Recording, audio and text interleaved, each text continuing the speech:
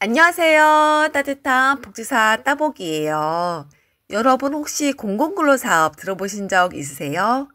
이건 정부가 취업이 힘든 분들에게 한시적으로 일자리를 제공하는 사업인데요. 여기에 참여하면 그렇게 힘들지 않은 일을 시급 10,000원 이상 받으면서 일할 수 있어요. 여기에 주휴수당, 연차, 사대보험까지도 모두 받을 수 있어서 알바나 소일거리를 찾는 분들에게 특히 좋죠. 각 지자체에서는 정부의 이런 사업을 각자 상황에 맞게 시행하고 있어요.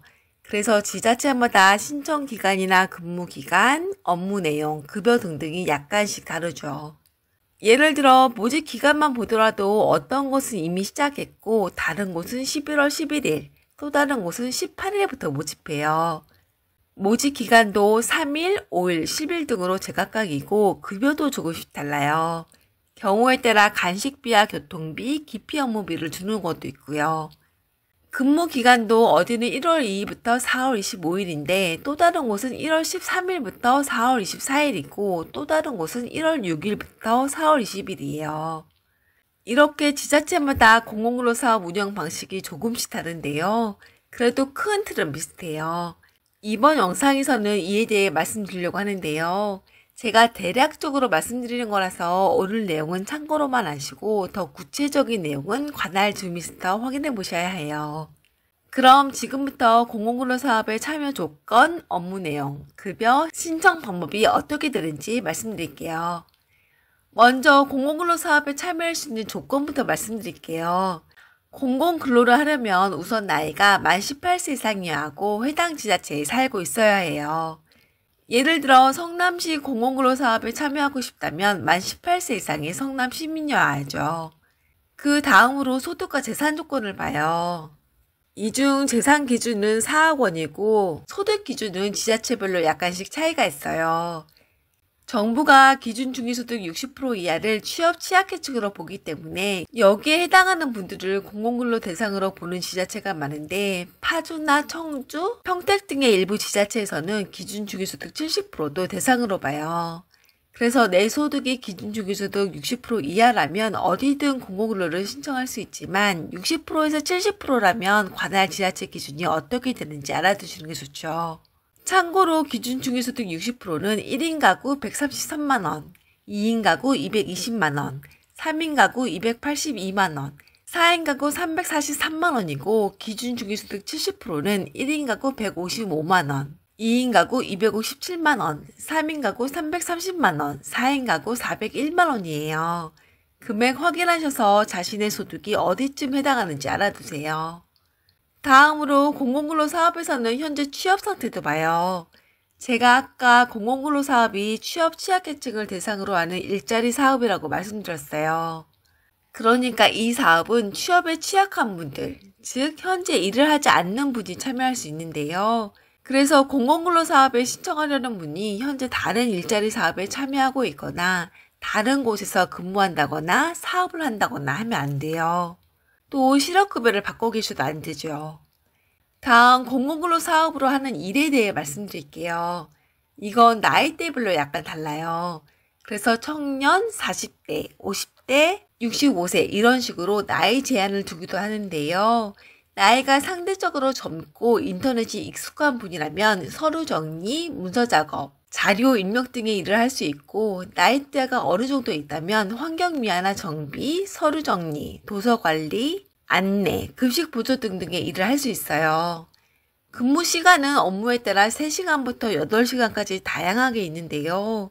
보통 3시간에서 5시간 근무가 많아요.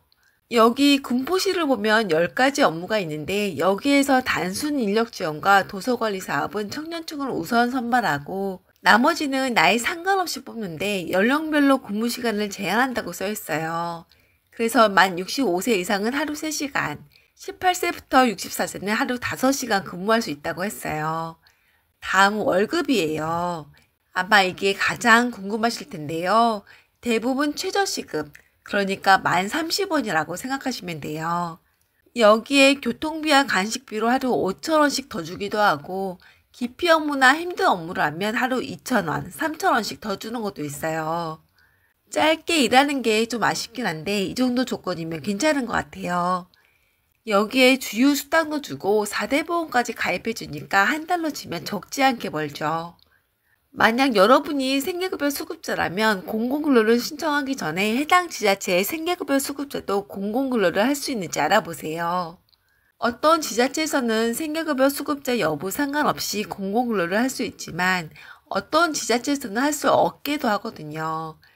그래서 수급자분들은 이 부분 먼저 확인해 보시고 공공근로를 신청해야 해요. 만약 수급자분들도 공공근로를 할 수 있다고 한다면 공공근로 소득 때문에 혹시나 수급 자격에 영향이 가지 않는지도 확인해 보셔야 해요. 기초생활보장제도에서는 생계급여 수급자가 월급을 받으면 생계급여에서 월급의 70%를 깎는데 깎는 금액이 지금 받는 생계급여보다 많으면 생계급여 수급자에서 탈락시켜요. 이런 점에서 수급자분들은 공공근로에 참여할지 말지를 잘 생각해 보셔야 하는데요. 계산하기 복잡하니까 아예 안 해야겠다라고 생각하실 수도 있어요. 그런데 그렇게 포기하기에는 공공근로 조건이 너무 괜찮거든요. 그래서 잘 계산해 보시고 신청해 보시면 좋을 것 같아요. 아까 말씀드렸던 것처럼 생계급여 수급자는 근로소득의 30%를 수급자분의 소득에서 공제해줘요. 내년부터는 65세 이상일 경우에 소득에서 20만 원을 차감하고 나머지 금액에서 30%를 추가 공제해줘요. 만약 100만 원을 번다면 100만 원에서 20만 원을 뺀 금액, 즉 80만 원에서 30%를 공제한 금액인 56만 원만 소득으로 보죠. 만약 여러분이 생계급여를 56만 원보다 적게 받는다면 수급자에서 탈락하지만 그렇지 않다면 수급 자격을 계속 유지할 수 있어요. 이런 점에서 공공근로를 원하는 생계급여 수급자분들은 자신이 얼마까지 벌어도 되는지 잘 알고 일하시는 게 좋아요. 이걸 알아보지 않고 일했다가 혹시나 수급자에서 탈락할 수도 있으니까요. 내년에 65세 이상의 분이 생계급여를 차감 없이 전액 받으신다면, 즉 소득과 재산이 없는 분이시라면 1인 가구일 경우 한 달에 최대 129만 원까지 벌어도 생계급여 수급 자격을 유지할 수 있어요. 공공근로에서 받는 금액이 이보다 적다면 공공근로 신청해 보셔도 돼요. 마지막 신청 방법이에요. 이건 관할 행정복지센터에 가셔야 하는데요. 사업 참여 신청서와 개인정보 수집, 이용 제공 동의서, 신분증 등이 필요하고요. 경우에 따라 취업 취약계층과 자격증 등 증빙 서류가 필요할 수도 있어요. 이 부분은 지자체마다 조금씩 다르니까 확인해보고 가시면 좋을 것 같아요. 오늘은 공공근로에 대해 말씀드렸어요. 이제는 공공일자리에 대한 편견이 많이 줄었고 급여도 예전에 비해 많이 올라서 공공근로에 관심 있는 분들이 많아졌어요. 그래서 신청자들도 갈수록 늘어나고 있는데요. 그래서 최근 3년 이내에 2년 이상 공공일자리에 참여하신 분들이나 직전 단계에 참여했는데 중도에 포기하신 분들은 참여를 제한해서 더 많은 분들에게 기회를 드리고 있어요. 그래서 공공근로에 참여하지 않았던 분들이나 짧은 기간만 참여했던 분들이 참여할 수 있죠. 공공근로에 관심 있는 분들의 많은 시청 기대하며 오늘은 여기까지 하고 다음 시간에 뵐게요. 나무나 또 좋은 시간 보내세요.